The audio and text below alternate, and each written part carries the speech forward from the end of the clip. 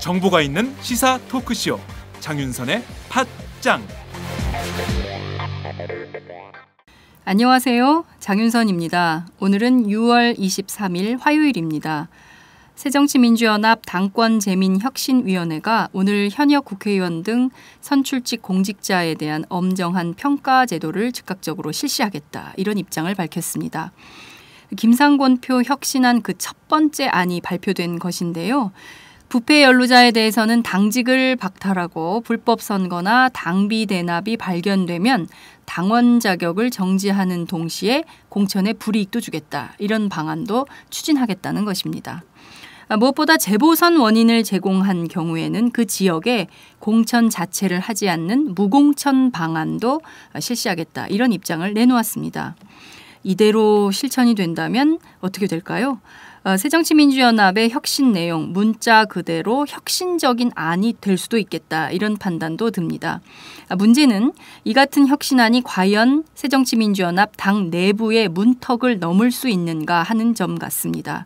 문재인 대표는 혁신안 관철을 위해서라면 나를 밟고 가라, 이렇게 했지만 과연 당 내부에서 이것이 그대로 수용될지 지켜봐야 할 것 같습니다.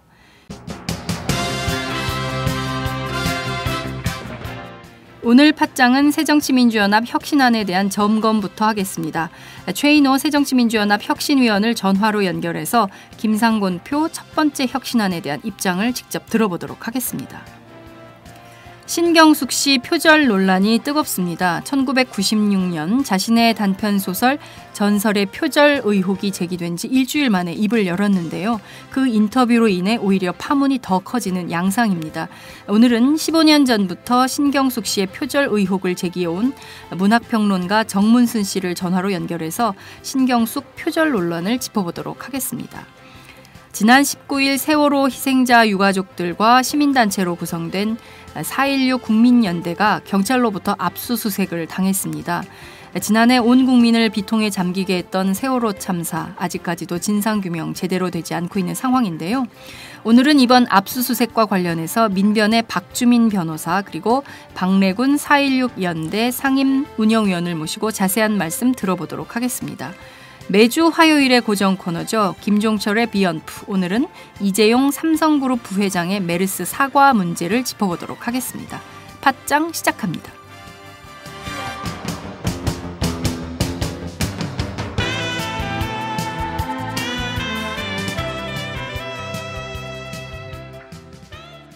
술 한 잔 걸치셨네. 오이들이 운전 불러드릴게요. 불러봐! 1688 오이오이 1688 오이오이 불러주세요. 1688 오이오이 대리운전 1688 오이오이 불러주세요. 1688 오이오이 대리운전. 처음 이용하시면 만원 상품권 드려요. 1688 오이오이.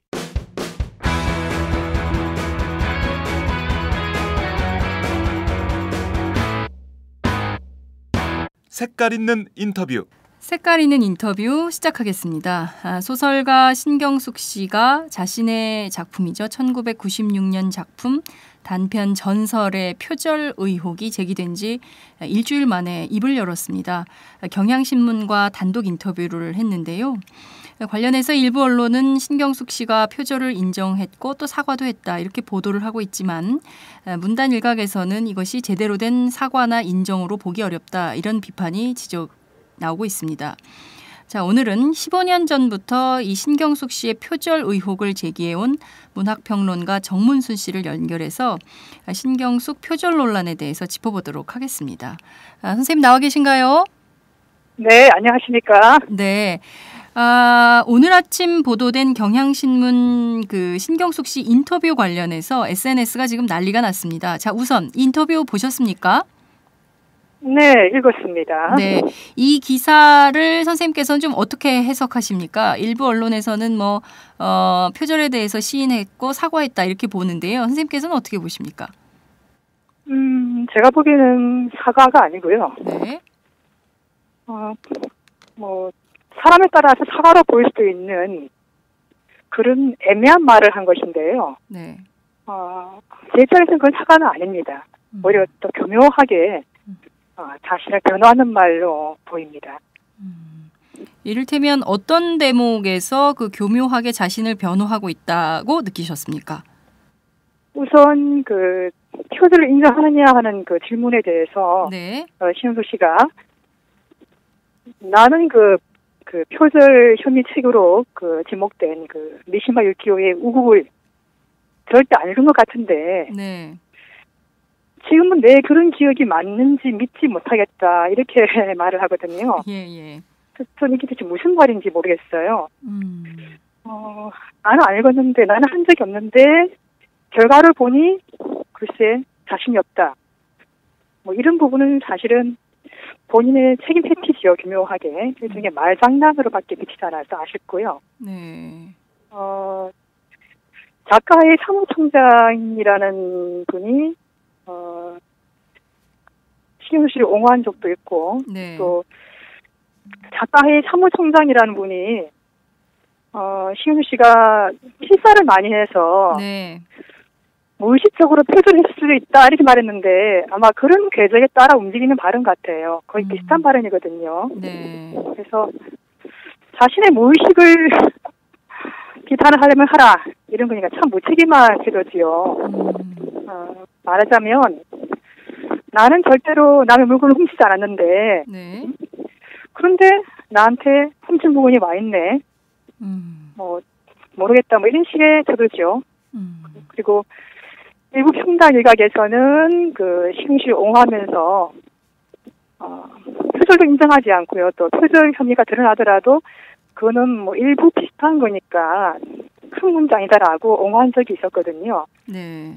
말하자면 그런 태도도 남의 물건을 훔쳤지만 내가 안 훔친 게 많으니까 나는 무죄다. 이런 식으로 문단에서는 신영수를 옹호하고 있고 또 신영수 본인은 나는 물건을 안 훔쳤지만 기억이 없지만 결과적으로 보니 그 물건이 나한테 와 있다.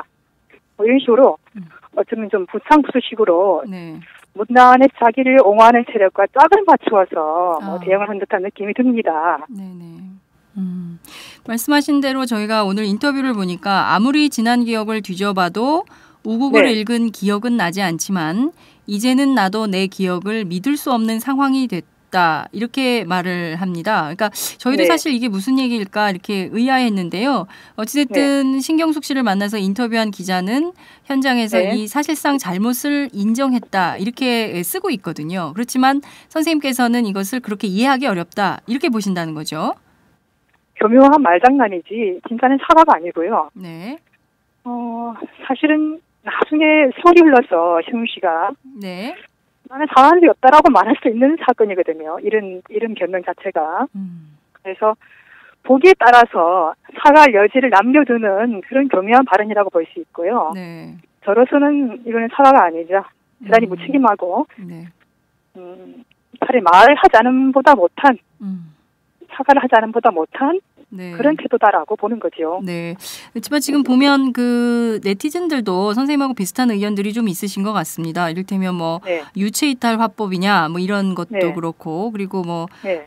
지킬이 표절하고 하이드가 사과했냐 다중인격증이냐 이런 비판들이 지금 네. 계속 그 줄지어서 나오고 있는 것 같습니다. 자 네. 그런데 이 신경숙 씨가 뭐 이런 얘기를 했습니다. 절필 선언과 관련해서요. 나에게 문학은 네. 목숨과 같은 것이기 때문에 글쓰기를 여기서 그친다면 그것은 살아도 살아있는 게 아니다. 문학이란 땅에서 넘어졌으니까 그 땅을 짚고 다시 일어나겠다 이런 얘기를 했는데요. 이 점은 좀 어떻게 보십니까? 저는 그런 표현이 상당히 그 소설가답게 별명도 문학적으로 하는구나 하는 생각이 들었는데요. 네. 사실 내용이 없죠. 영혼도 없고 내용도 없고 감동도 없는 껍데기 발언 같아요. 말맹이도 없고요. 어쩌면 이런 발언들이 사실은 제가 보기에 신호 씨는 지금 본인 처지에서 작가라는 말을 입에 올리고 뭐 모국어 이런 말을 입에 올릴 처지는 아닌 것 같아요. 네. 그런데 본인은 여전히 작가다. 나는 작가이고 좀 대단한 사람이다 이런 생각하는 것 같은데 네.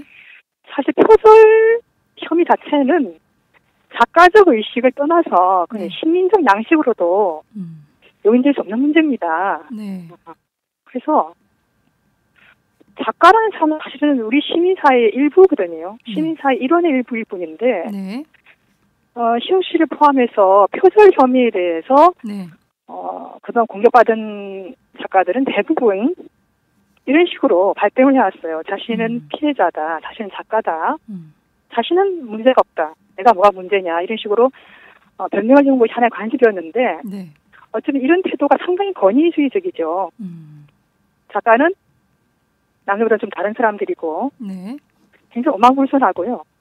글쓴자의 자의식이라는 게 너무나 권위주의적이고 독자를 저 아래로 내려다보는 그런 태도를 보여서 상당히 좀 불쾌한 느낌이 또 들었습니다. 네. 그래서 이번 표절권과 또 관련해 봐도 잘못을 충분히 인정하지 않고 어떻게든 발표하려는 그런 모습으로 위장하는 그런 표현으로 아주 아름다운 말로 멋지게 네. 수사를 쓰는 그런 껍데기 발언으로 좀 비춰서 상당한 약간 허위의식을 느꼈어요. 네.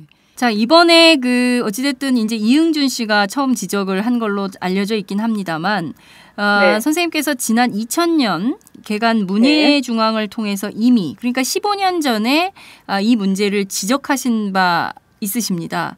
그런데 관련해서 이제 신경숙 씨가 이런 얘기를 합니다. 제가 1985년에 22살 때 문예중앙으로 등단을 했다. 그런 글이 실렸다는 얘기는 들었지만 읽지는 않았다. 뭐 이런 얘기들을 하는데요. 네. 뭐 이제 그런 비판을 읽으면 너무 아프고 글을 못 쓸 것 같아서 못 읽었다. 뭐 이제 이런 얘기들을 하는데요. 그 당시에 선생님께서 이 표절 문제를 지적하실 때 당시의 분위기나 그때는 좀 어땠습니까? 15년 전과 지금을 좀 비교하자면 어떤 차이가 있을까요? 그때도 문단에서 제 평론에 대해서 네. 일정한 반응은 있었습니다. 네. 문단 사람들은 대부분 저는 알고 있다고 생각을 하고 있거든요. 다만 그 말들이 시은 씨가 표절을 했다는 평론이 나왔다. 네. 그런 담론들이 문학 세계, 문학 공간 바깥을 빠져나가지 않았던 거예요. 그래서 그냥 그렇게 묻혀지고요. 네. 묻혀지고 15년 동안. 그러면서 우연한 기회에 이번에 이응준 씨의 발언으로 튀어나온 거지요.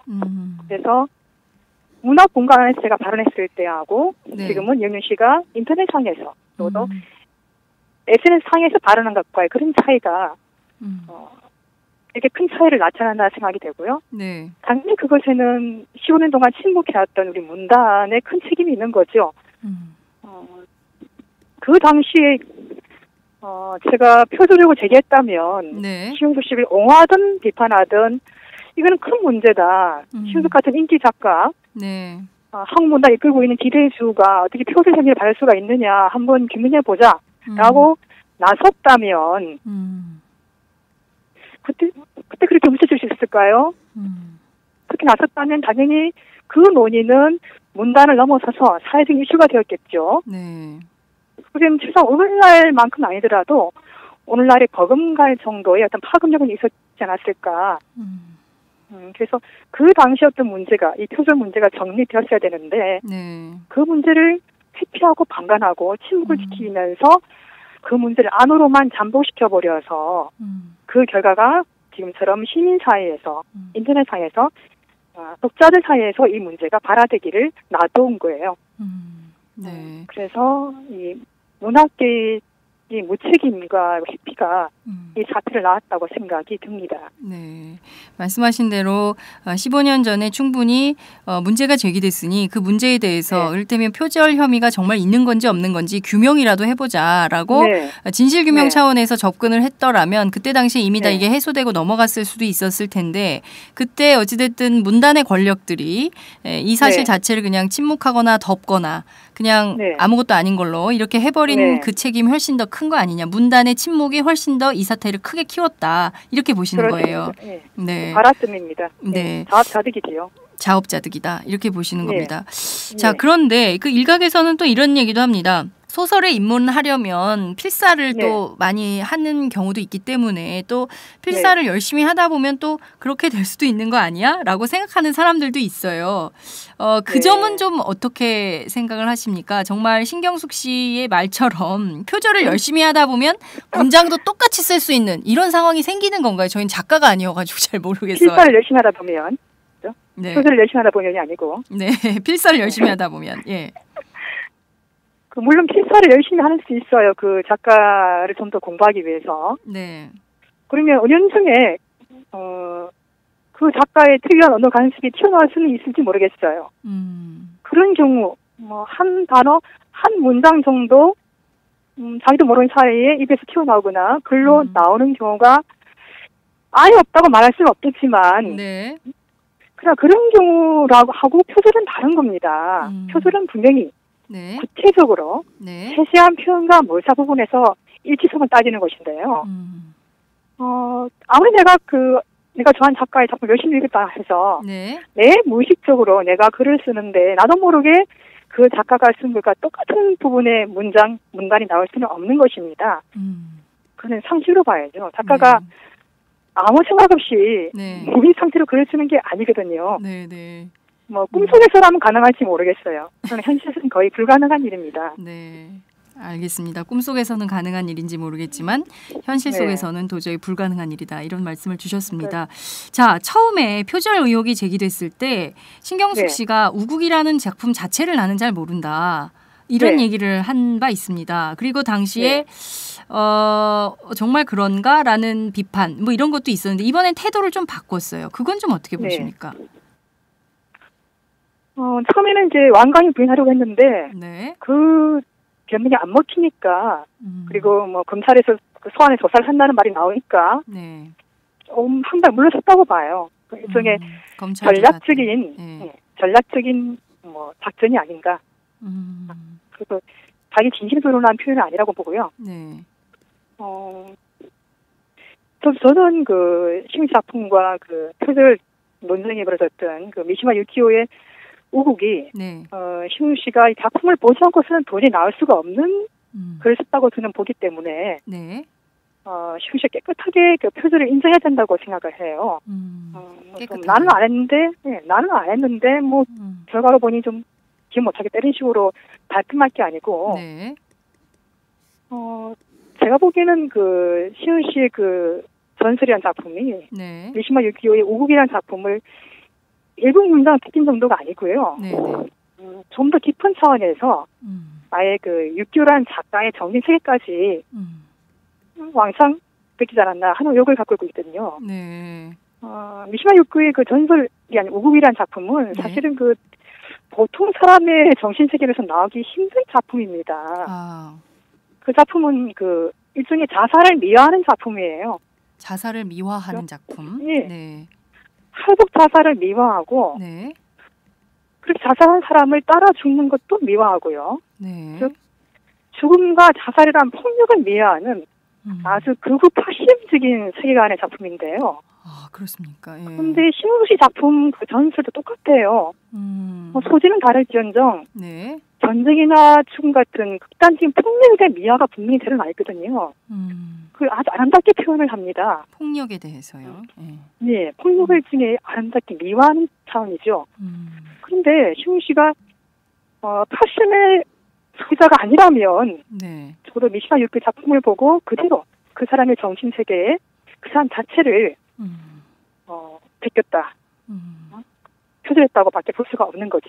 네, 말씀하신 것처럼 지금 그냥 단순하게 문장 몇 개, 문단 몇 단락 이렇게 그냥 글을 베낀 것이 아니라 이를테면 이 작가의 정신세계 자체를 왕창 베꼈다라고 볼 수 있는 흔적이 여러 군데 있다. 이렇게 보시는 거예요. 그러니까 그 골간 자체가 작품을 이루는 골간 자체가 똑같다. 이렇게 보신다는 거예요. 적어도 처음부터 신 씨가 미시마 유키오와 닮았지 않은 이상은 그 작품을 그대로 자기 것으로 베꼈을 가능성을 제기할 수밖에 없다는 거죠. 이를테면 그동안 신경숙 씨가 써왔던 그 작품들하고 전혀 다른 내용이다 이렇게 봐야 되는 건가요? 그런 차원에서도 문제 제기를 좀 할 수 있다 이렇게 봐야 됩니까? 아니요, 그건 조금 특이한 경우인데요. 네. 보통 일반적으로 그 표절 시비에 오르는 작가들 작품들은 네. 사실은 그게 본인 것이 아니기 때문에 상당히 그 엉뚱하고 그 생뚱한 그 작품 지향을 보이거든요. 자기 게 아니기 때문에. 네. 자기 소설의 맥락에서는 그런 게 안 나오기 때문에 좀 마치 그 낙동강과 한강을 섞어서 하나로 만들듯이 전혀 다른 맥락의 물을 끌어들이는 행위라는 것이 비치는데요. 네. 일반 표절작에서는요. 그러나 시훈씨 경우 같은 경우는 네. 저도 이 문제가 된 소설에서 이 전설에 나오는 그 여성 인물은 예전에 보였던 대로 시훈씨의 제왕대로 상당히 수동적이고 네. 나약하고요. 순응하는 여성상이에요. 그런 점에서만큼은 전혀 엉뚱하게 돌발적인 그런 작품이 아니고요. 네. 자신이 비슷한 제왕의 소유자였는데 즉 미시마 유키오가 보이는 여성관과 비슷한 여성관을 갖고 있었는데 네. 어느 날 어떻게 읽었던 미시마 유키 작품이 자기 작품이 마음에 들었다. 아니면 닮은 걸 느꼈다든지. 네. 그래서 가져와서 어쩌면 상당히 자신의 작품책에 유사한 부분을 좀 가져왔다. 라고 그런 보였어요. 네. 아, 그렇군요. 이런 그 분석에 대해서 정말 그동안 듣지 못했던 얘기가 아닌가라는 생각이 좀 드는데요. 출판사도 좀 문제가 있었다라는 비판을 좀 받고 있습니다. 이를테면 창비는 사실 그 국내에 굉장히 유명할 네. 뿐만 아니라 권위 있는 그런 그 출판사로 알려져 있는데 이번 사건 관련해서 첫 번째로 사과문을 냈다가 다시 또 좀 옹호하는 입장으로 돌아서서 이 태도가 뭐냐 이런 비판을 굉장히 많이 받았는데요. 이 점은 좀 출판사의 태도 이런 건 좀 어떻게 보십니까? 사실은 출판사가 더 책임이 크다고 봅니다. 저도 시훈씨 작품을 냈으니까요. 네. 책을 내지 않은 이상은 작가가 활동할 수가 없는데 네. 그 책을 내줬다면 당연히 책임이 크고 크다고 생각되는데 참 무책임한 반응을 보였죠. 처음엔 절대 표절이 아니다라고 하더니 나중에는 표절로 보면 보일 수 있다. 네. 독자로서는 표절을 제기할 수 있다. 이런 식의 이건 또 무슨 말입니까? 그럼 표절인 거예요? 아닌 거예요? 예. 세상에 비평가로 모인 그 창비들이 네. 국내 1급 비평가들로 모인 창비가 네. 이게 표준이 아닌지 판결할 능력이 없다는 얘기인지 엄연히 똑같은 문장이 여러 군데 나오는데 줄줄이 이어지는 그런 소설을 보고도 표절이면 표절이다라고 확실히 판정을 못하는 그런 비겁한 모습 너무 실망스럽지 않습니까? 네. 좀 변명이나 좀 사과도 좀 싸게 해야 되는데 네네. 너무 문학가답지 않은 작가답지 않은 일반 시민도 양심조차 갖지 못하는 그런 사람들이 내면을 보는 것 같아서 네네. 상당히 씁쓸해요. 네. 문학동네는 지금까지 말이 없거든요. 문학동네 말이 없지만 문학동네가 배출한 비평가들은 말을 했지요. 시은철 씨가 일종의 개인적으로 썼다 그러는데 개인적 발표했다 그러는데요. 네. 이런 분들이 또 참여랑 비슷하게 글쎄 표절로 인정하실지 모르겠다 이런 식으로 끝끝내 표절이라는 말은 인정하지가 않아요. 그래서 독자가 표절로 보는 것을 인정하겠다 이런 식으로 반응을 한 적은 있죠. 네. 그런 태도에서도 역시 비평가가 이게 표절인지도 구분을 못해서 이렇게 신현우 씨를 의식하는가. 네. 표절인지 아닌지를 그렇게 어렵겠단 말인가 하는 생각 때문에 좀 많이 실소가 나왔습니다. 네. 말씀하신 대로 정말 한국 문학이 좀 인기 작가의 문제점에 대해서 문제를 지적하고 비판하고 이렇게 가는 것이 아니라 오히려 잘못을 덮고 또 잘못을 잘못으로 인정하지 않는 태도로 일관하는 것에 대해서 오히려 독자들은 더 큰 분노를 느끼는 것이 아닌가 이렇게 생각이 좀 드는데요. 신경숙 씨가 이번 인터뷰에서 이런 얘기를 하는 대목이 있습니다. 나에 대한 비판 글을 많이 읽지 않았다. 못 읽겠다. 어떻게 읽겠냐. 그런 비판을 읽고 감당할 자신이 없고 기분만 나빠지고 어떤 글은 뼛속까지 속이 상한다 이런 표현을 합니다. 이런 그 자신의 비판에 대한 태도 이런 거는 좀 쌤 어떻게 보십니까? 상당히 자신을 피해자라고 착각하고 있구나. 전형 피해 당한 사람은 따로 있는데 네. 그 피해자들이 몰려와서 그 가해 사실을 인정하라고 요구했더니 내가 피해자다라고 지금 우기는 꼴이잖아요. 네. 그래서 이거는 지금 적반하장이지요. 지금 시우 씨가 자기가 억울하다, 자기는 약하다, 네. 자기는 연약한 여자다 이런 식으로 나오는데 네. 일종의 이것도 전략적인 행복 아닐까 싶은 생각이 드는데 네. 약자 포즈, 약자 흉내를 내는 것밖에 안 된다고 생각이 들어요. 좀 불쌍하게 보이면서 좀 동정을 얻고 싶어하는 그런 태도가 아닐까. 네, 말씀하신 대로 지금 약자 흉내를 내면서 불쌍하게 동정표를 얻어서 네. 이 국면을 좀 모면하고 싶은 네. 이렇게 좀 대충 면피하고 싶은 이런 의도가 있는 것 같다 이렇게 분석을 해 주셨는데요. 지금 네. 상황이 이렇게까지 이른 마당에 과연 이런 전략이 통할까요?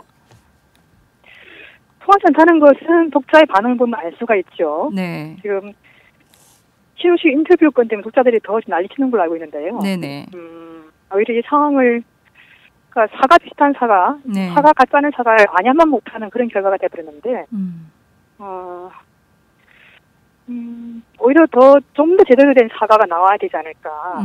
그래서 지금 같은 그런 어설픈 태도는 독자를 사실 우롱하는 거지요. 네, 이런 대목도 있습니다. 본인이 이제 문장을 쭉 대조해 보면서 네. 이응준 씨가 느닷없이 왜 이랬을까 이런 의문을 안 갖기로 했다. 뭐 대조해 보는 순간 나도 그걸 믿을 수가 없었다. 뭐 다시 전설을 읽고 또 읽으면서 쇠스랑이 있으면 내 발등을 찍고 싶은 심정이었다. 이렇게 또 좀 인정하는 대목도 있거든요. 본인의 잘못을. 이런 건 또 어떻게 이해를 해야 될까요?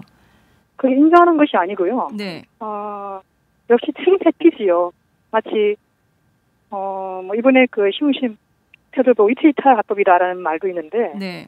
저는 가해자가 자기라는 걸 인정 안 하고 자신은 가해자도 아닌 자신이 시험축이 아닌 사람처럼 말하는 것 같아요. 본인이 신경숙 씨가 아닌 것처럼 인터뷰를 했다. 네, 그 그런 문면만 보면 그렇다는 얘기인데 네. 시우 씨가 발언해서 그 채소랑으로 자기 발등을 찍고 싶은 심정이다. 그 말은 네. 이 표현을 10년 씩 처음 한 말이 아니거든요. 이 표현은 원래 어디서 나왔냐면 그 외딴방이라는 네. 그 책에서 처음 나왔어요. 처음 쓴 표현인데요. 신경숙 씨가 외딴방에서 처음 쓴 표현이라는 거죠? 네네. 외딴방이라는 90대 중반에 나왔던 네. 그 장편 소설에서 네. 그 신영 씨 본인인 그 화자인 나가 네. 자신의 또 글쓰기에 대한 결의를 가지면서 썼던 맹세가 이 표현이었어요. 내 삶에서 내가 어떤 글쓰기에 대해서 뭐 태만하거나 네.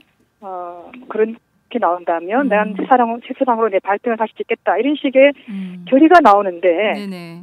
문제는 그런 표현을 지금 전혀 다른 맥락에서 지금 자신이 표절 혐의로 공지에 몰린 이 상황에서 똑같이 쓴다는 거죠.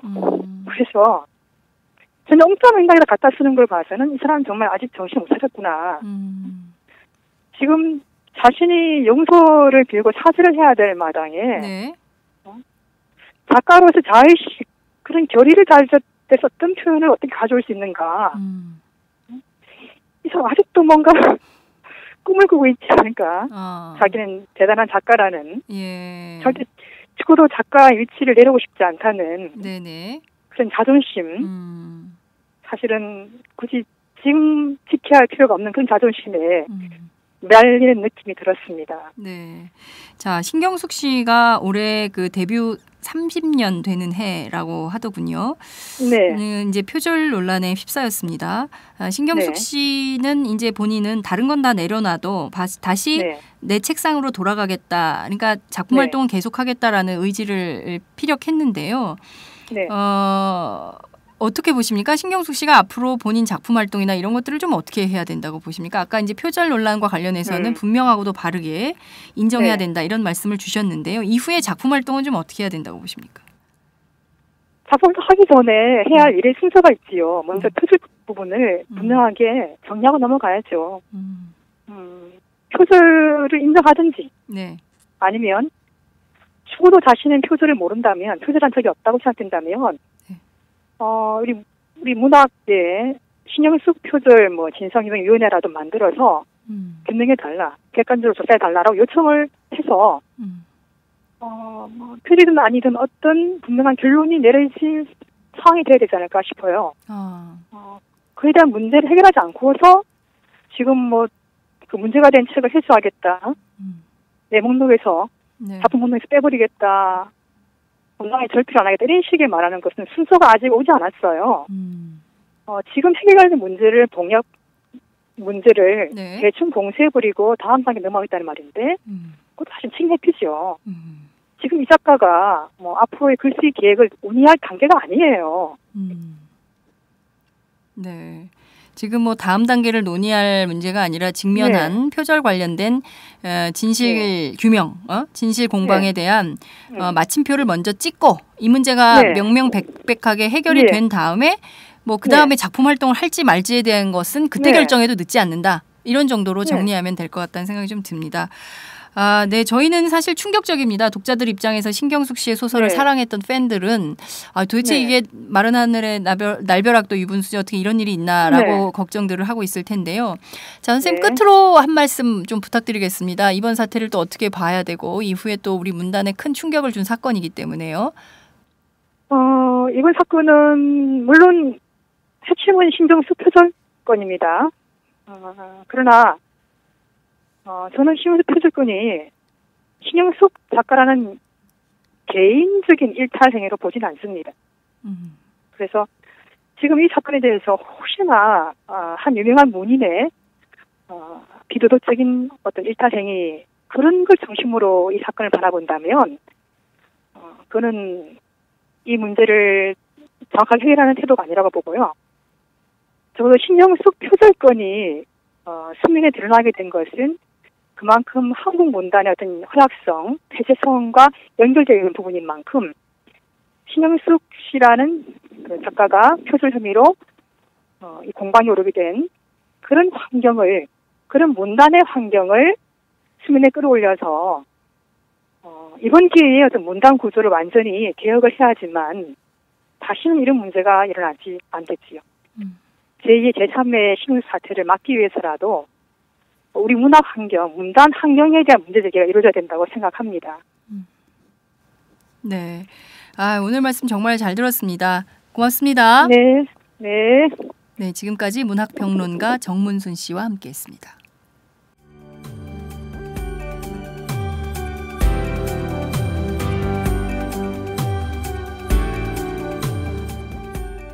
안녕하세요. 오마이뉴스 시민기자 김종술입니다. 직업기자들은 국회나 경찰서 같은 곳에 출입하는데요. 제 출입처는 금강입니다. 매일 차를 몰고 강으로 출근합니다. 그래서 물고기 떼죽음, 홍산성 붕괴, 큰빛 이끼벌레와 같은 특종도 할 수 있었습니다. 혹시 하고 싶은 말이 있으신가요? 내 주변의 불합리에 분노하고 계신가요? 오마이뉴스에서는 모든 시민이 기자입니다. 저처럼 일개 시민도 세상에 말할 수 있습니다. 시민기자로 활동을 해주세요. 혹시 장윤선의 팟짱과 오마이뉴스를 공짜로 보기 민망하신가요?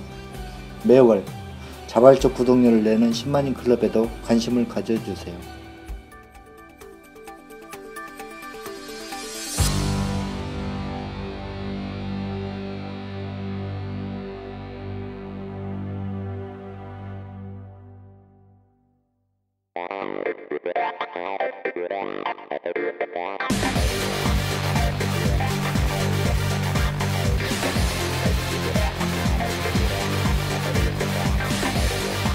정보가 있는 시사 토크쇼 장윤선의 팟짱.